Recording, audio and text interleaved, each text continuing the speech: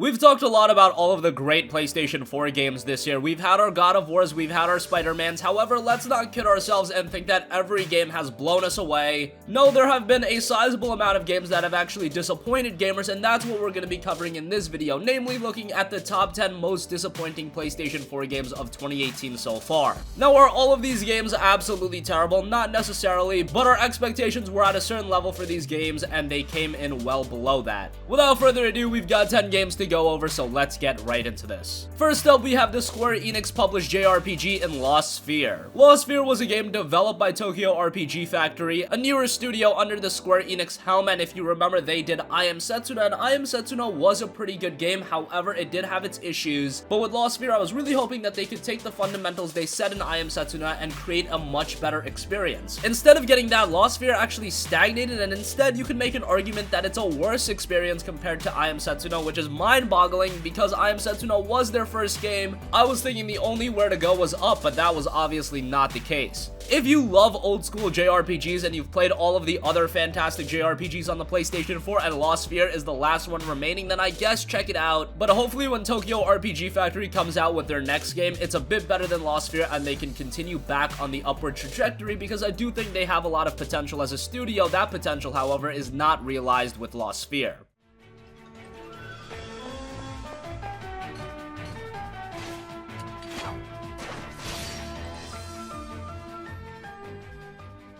Next up, we have The Crew 2. The Crew was one of the highly anticipated games of this entire generation. Unfortunately, that one didn't deliver. However, with The Crew 2, they were adding a lot more variety into the gameplay, and I thought it was going to be a much better experience than the first title. Unfortunately, The Crew 2 didn't turn out all too well either. The fundamentals of the game actually aren't all too terrible. However, it was a rather buggy experience, and for a $60 game and a game that was in development for as long as it was, and the fact that it was a sequel to a major game release, I was just expecting a lot better, and the content quality just isn't all there either. Now, The Crew 2 is a game that is depreciating in price rather quickly. I believe I am already seeing it under $30, so if you do want to get the game, just don't pay a full retail $59.99 price point. If you look around a little bit, you can get it really cheap, but that should go to show how this game is selling and the overall quality reception of the title, and it pretty much means that it was a rather disappointing release. From them to improve the experience, to add to discover more discipline we can add, or more stuff we can put in the game, and we have an example,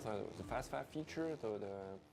Next up, we have New Gundam Breaker. Now, this really shouldn't be a disappointing game release because honestly, all of the Gundam games release with a lot to be desired. However, with New Gundam Breaker, I thought maybe they could actually finally offer an experience that was up to PlayStation 4 standards, and the issue with these Gundam games is that they always seem to be a generation behind.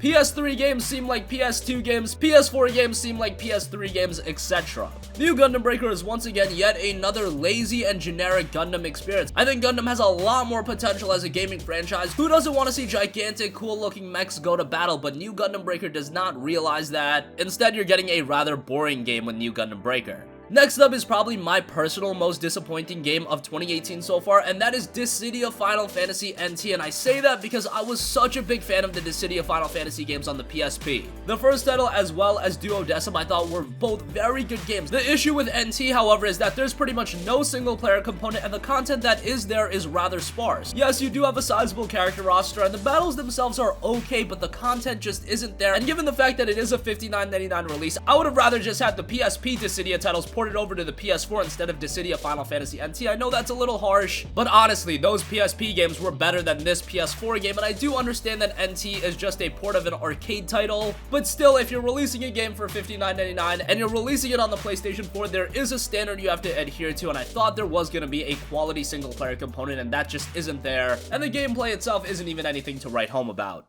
Opponent's bravery, while increasing your own by the same amount. And receiving a bravery attack will in turn reduce your bravery.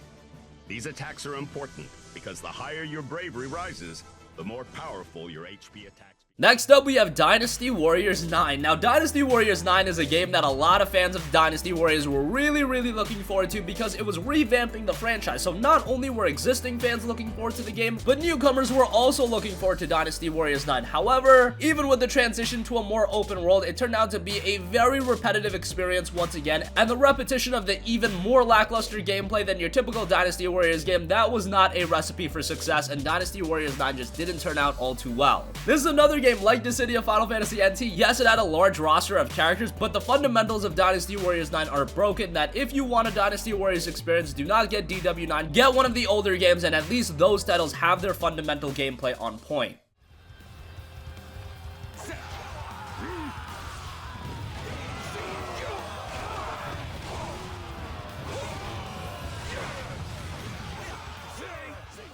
Next up, we have another Square Enix release that really disappointed me, and that is Secret of Mana. This was a remake of the iconic Super Nintendo JRPG and Secret of Mana, and when I saw the gameplay footage of the game, I was like, man, this can turn out to be something really good. It's taking that original JRPG and it's modernizing it, not with incredible technical visuals like you would expect out of a Final Fantasy 15, but rather good visuals that are suitable for 2018. Unfortunately, from a technical side of things, this game actually falters quite a bit. The animations are bad, the menu design leaves a lot to be desired, and they actually ruin some of the gameplay aspects of Secret of Mana, like the lackluster combat. The Super Nintendo title is a great game, and if you want to go back and play that, by all means do so, but if you're experiencing Secret of Mana for the first time, or you're looking at this as a good way to revisit the game, please don't pick it up. It is not worth your money.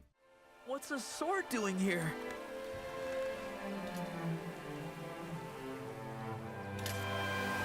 I don't think I would have made it here without you two.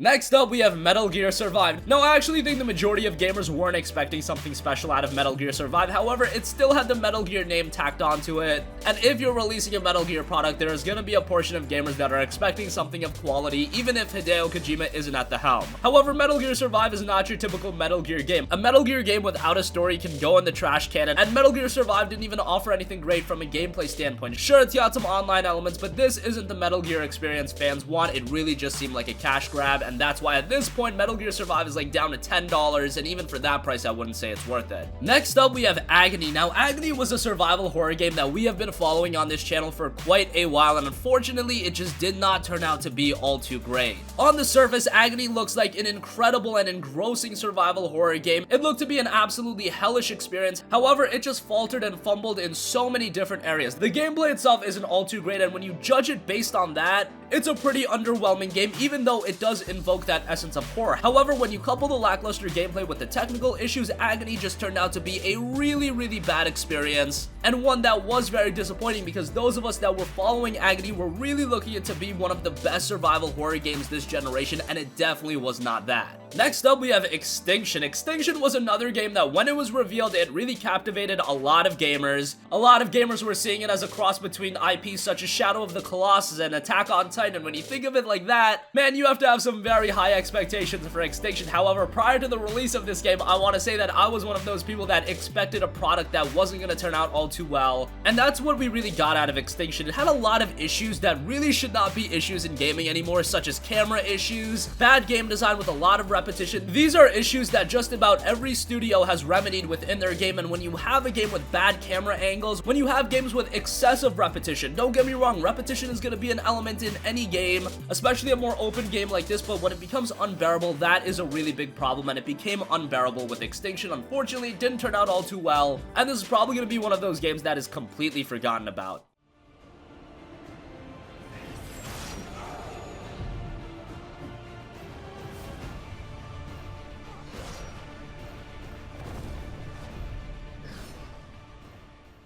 And lastly, this is another title that really disappointed me personally, and that is Naruto to Boruto Shinobi Striker. Now, unlike a lot of games that I mentioned on this list, fundamentally, this is actually not a bad game. The combat is really interesting and really does Naruto justice from a design standpoint. However, the issue with Naruto to Boruto Shinobi Striker comes from the content. This is a fully priced $60 game, and the content just isn't there. There isn't a lot to do, and to make matters even worse, there is paid DLC coming to the game. Like, come on, if you're releasing a game for $59.99, there has to be at least a certain level of content in the game, and then we can talk about DLC. However, to have a content-stripped experience like this and then throw DLC on top of that, that is just inexcusable. I do think there's a lot of potential for Naruto to Boruto Shinobi Striker to grow. There were some issues with the online play. It doesn't seem as bad right now. Hopefully Bandai Namco can get things together, because I could see this develop into a quality Naruto experience. And with Naruto Storm in the rearview mirror now, that franchise is done. We do need a quality Naruto franchise to replace that. Shinobi Striker can be that. However, there's a lot of work that needs to be done, and for now, I have to see it as a very, very disappointing title. So that's gonna conclude this video. Those were our top 10 most disappointing PlayStation 4 games of 2018 so far. What do you think?